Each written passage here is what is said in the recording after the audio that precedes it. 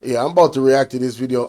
My name is Bolo V&R. It's a 2.0 platform, and I want to encourage you guys to go over to Anisabel Rose and check her out.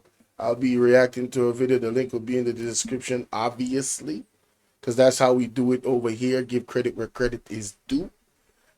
Exposed media analyst. I don't know if she's a media analyst. I ain't gonna lie. That's the best thing I could put there. That would, be a broad description.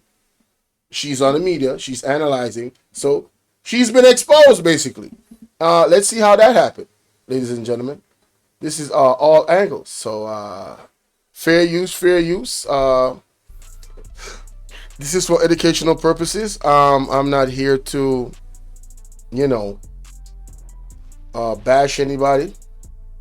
But yeah, this lady definitely was exposed. I'm sorry. It is what it is. Just off the logic of the situation. And let's go. Let's get it. I'm going to see what and what was said. I'm a man for substance and content. And when I look at the substance and content and the questions raised here, I am not going to cause my ants with the procedures that were employed and its untidiness. And I will fight over whether it's interim to cause me to back away from. I want some answers. I want to know if the Prime Minister's companies did try to undermine the tax authority and the tax laws. I want to know whether or not the Prime Minister had used resources that were for charity to help to finance some purchases for himself. I want to get some answers to those questions. The procedures contained in the Integrity Commission Act. I think that's extreme. You calling me extreme? No, I'm saying the position that he just hold of making it a mockery is an extreme position.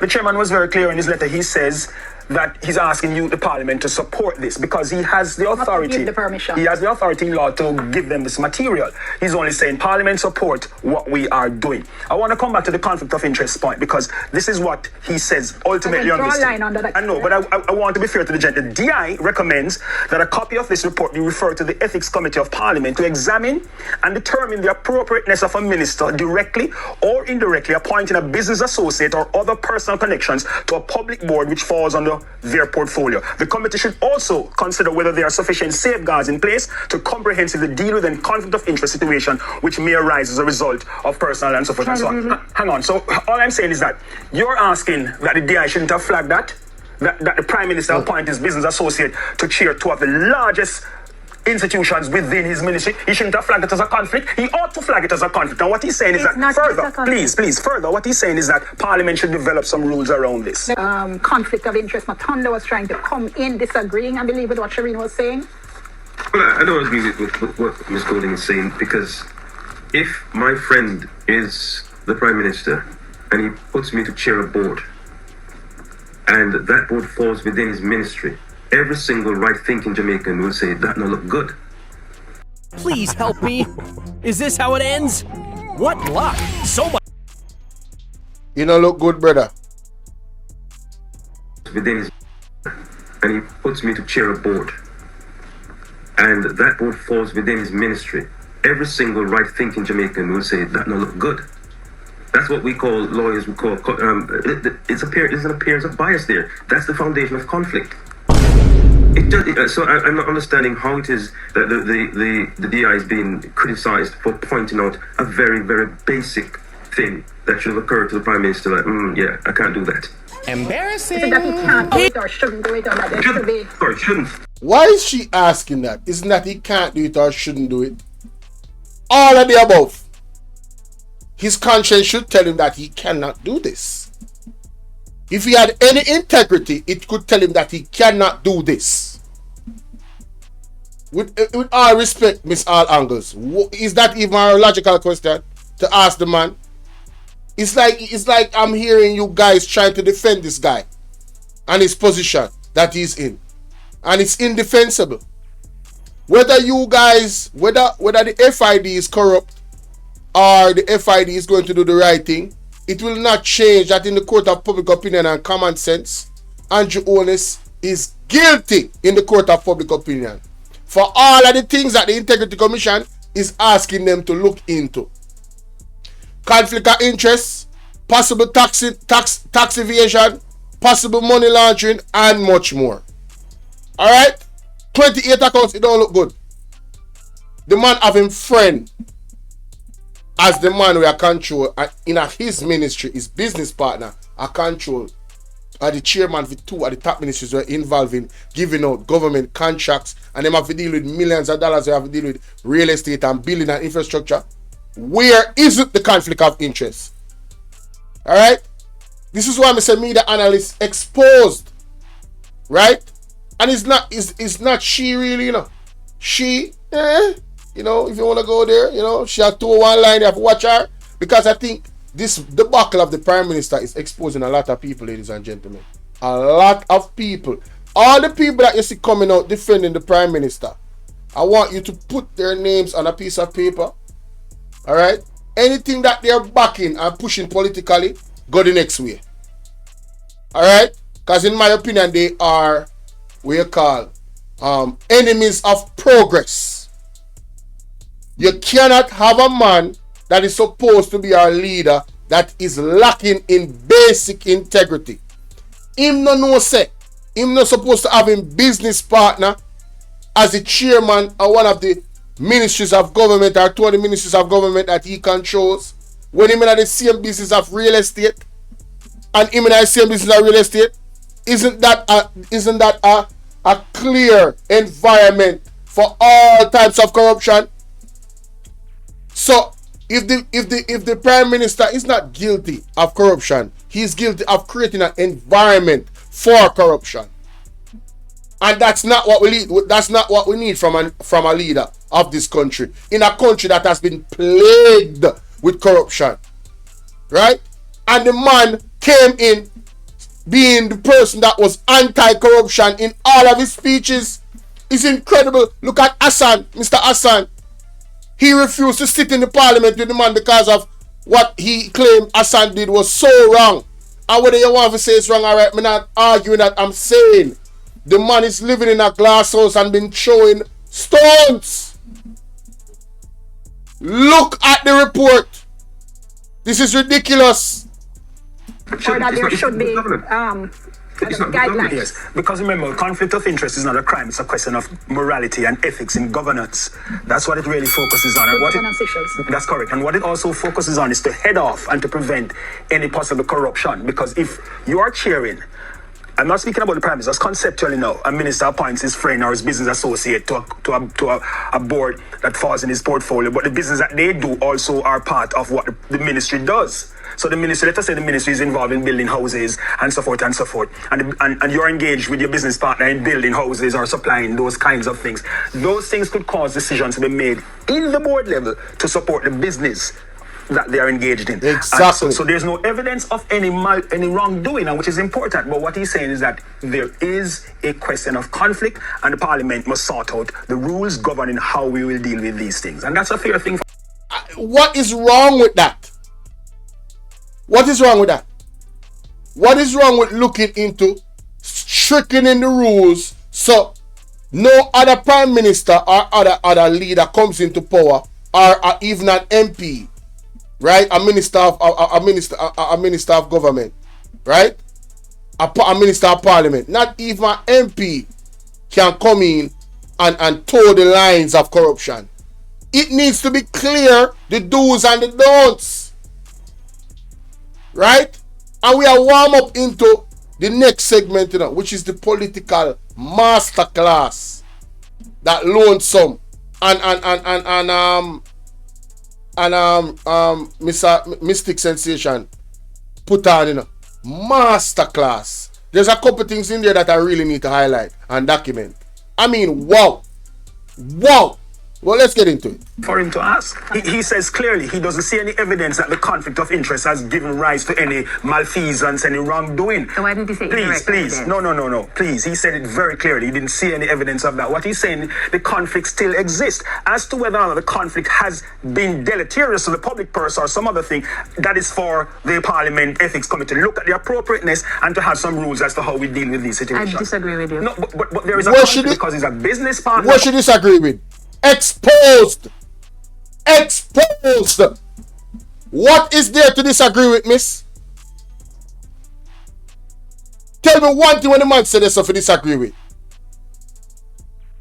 You're disagreeing that they should not change things. You're disagreeing that it is morally right for him to have his business partner in those areas. Oh, so you're one of those persons that like the links thing because your friend and is your link. Although it is borderline corruption. If you're not qualified for a position, you would like to have the links to get the position. You're one of those persons that don't want to work and have the merit of your work. You are rewarded.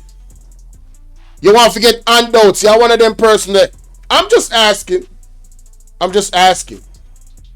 She's been exposed. I don't even know her name. She's thoroughly been exposed. Of the Prime Minister, who has been appointed by the Prime Minister to chair two significant entities within the portfolio of the Prime Minister, and at the same time he's the Prime Minister's business partner privately. That's where the conflict lies. Any impropriety occasioned by the referenced potential conflict of interest. Well, there's no indirect evidence either. Except though that We mean there's no indirect evidence. Yo, whose wife is this? Whose lady is this? Whose daughter is this? Are you kidding? Yo, listen, man. You know what? I'm gonna calm down. what is being flagged there is a good governance issue.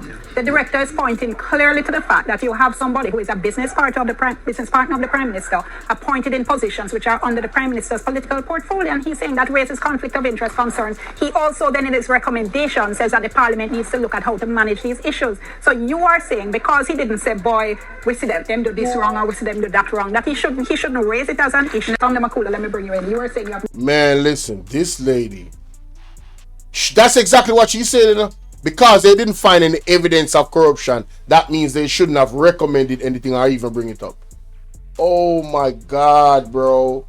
Embarrassing. He needs some milk. No, she needs some milk. Nothing, you have no problem with how the commission went about this. Tell us why. Well, personally, we have to accept that the Commission has been given a broad discretion of how to conduct this investigation. The methodology that it uses is up to the Commission. If someone prefers a different methodology, then they need to do more than scream, give me a different methodology. They need to demonstrate that the methodology used resulted in unfairness or was irrational or unreasonable. And I haven't seen anyone advance any credible evidence to say that the process was unfair. Man, shout out to this brother. Shout out to this man. Because all the JLP people have been doing is screaming, this is unfair, and they have not proven anything to be unfair or unethical, that the way how the Integrity Commission went about their reporting and their investigating. All of them, you see crying, all of them is suspect. All of them lack integrity. Every last one in the media houses that is supporting this shit, the paper, all of y'all are exposed. I'm taking names. All of y'all credibility is under question. I don't trust nobody in the JLP, period, now. After they came out, did a video, signed this and signed. None of them have no integrity for me. Alright? They should all be dismantled, fired. If they found to be criminals, thrown into prison, period. And fined as well. We need back the people's money if they stole anything. Our money, yes. Right? But in terms of them running for office again, they should sit the hell down. Alright? Just sit the hell down. Seriously. And these media people, keep exposing yourself. Thank you. Thank you. Sending it to Parliament at this stage, and I agree with Clyde, that whether or not you call it an interim report, clearly it is for now an inconclusive document. So I don't see anything wrong procedurally in the way that it has gone about it, because I have not seen anyone point to any unfairness to Mr. Holness. Where is the unfairness? Where? Because, let me paraphrase Deloitte Chuck. I was interviewing him earlier. He also spoke, as you heard, in a committee, and he is saying there are a lot of statements in the report which aren't proven, no conclusions, all of which, I'm paraphrasing, have left this cloud over Mr. Holness's head, and all of us in this state of lack of resolution. Who put the cloud over his head? Him! Them a baby this man like him a picnic. If he had cooperated with the Integrity Commission and give them the information that they needed to declare whether or not he was doing anything illegal or he was not, this cloud would not be over his head. All of this is Andrew Holness doing. Respectfully, all angles. Respectfully, all of the media houses who are defending this man. This is his doing. He is not a child. He is a grown adult, and you are treating this man like a child. He's supposed to be intelligent, isn't he? He went to college, didn't he? So what is so hard for him to follow simple instructions from the Integrity Commission to say, all right, we need this, we need this, we need this, we need this. Oh, you did not give us this. And so we're going to need that too. Something changed. He gave them an explanation, said, okay, we're going to restart the investigation. We're going to need this, we're going to need this, we're going to need this. And he gives them this, and left out this and this and this. So what do you want the Integrity Commission to do? Falsely claim that his statutory declaration is approved? Hell to the mother if you know. No. Hell no. To the no. Alright? Now, the FID. I don't trust them either. Nigel Clark responsible for that office. We understand. But I am glad this report came out. Because the people of Jamaica deserve to see what the hell is going on. And like I said, all y'all in office, all y'all in JLP, every single one of y'all on social media that is defending this man is thoroughly exposed. Your integrity, for me, will always be in question. Alright? The amount of marks on the loose on the day and negative right now. I don't know how we're not going to build back that integrity there. Alright? Ernest, big up. You must be watching from behind because we'll pass a topic there already. That's not unfairness. He's complaining that at this stage, that it has left a cloud over Mr. Holness's head. That's not unfairness. How is it unfairness? That's not substantive nor procedural. The law doesn't recognize that. At this stage, the other bodies will be conducting investigations. I tell you what would have been unfair to the Prime Minister if there would have been a declaration and at the same time the Commission is asking the FID to get involved or the TAJ to get involved. I'm saying when there are 20 cash deposits into an account belonging to Listen that again. Just listen that again. Substantive nor procedural. The law doesn't recognize that. At this stage, the other bodies will be conducting investigations. I tell you what would have been unfair to the Prime Minister if there would have been a declaration and at the same time the Commission is asking the FID to get involved or the TAJ to get involved. I'm saying when there are 20 cash deposits into an account belonging to my Prime Minister over a 3-month period, I want to know why it is that had to be done via cash and not the ordinary electronic system. I'm more concerned with that, and the people of Jamaica must be concerned with that than whether or not the FID is going to look at it or the TAJ is going to look at it after the IC has looked at it. Perfectly normal. Be more concerned with the glaring issues that I say in any other democracy. We would have had a new leader of our country if these issues were flagged. So I want to tell me That is it. That is it, ladies and gentlemen. Alright? Let me know what you think about that in the comment section. Unbelievable. Can you believe these dudes, man? Can you believe these ladies? And shout out to the gentleman on the... Man, I'm disappointed in these two ladies, man. One of them more than the other, man. I really am disappointed. Let me know what y'all think, man. Exposed, my goodness. Lord have mercy. Let me know what y'all think. Like, share, and subscribe. Jesus Christ.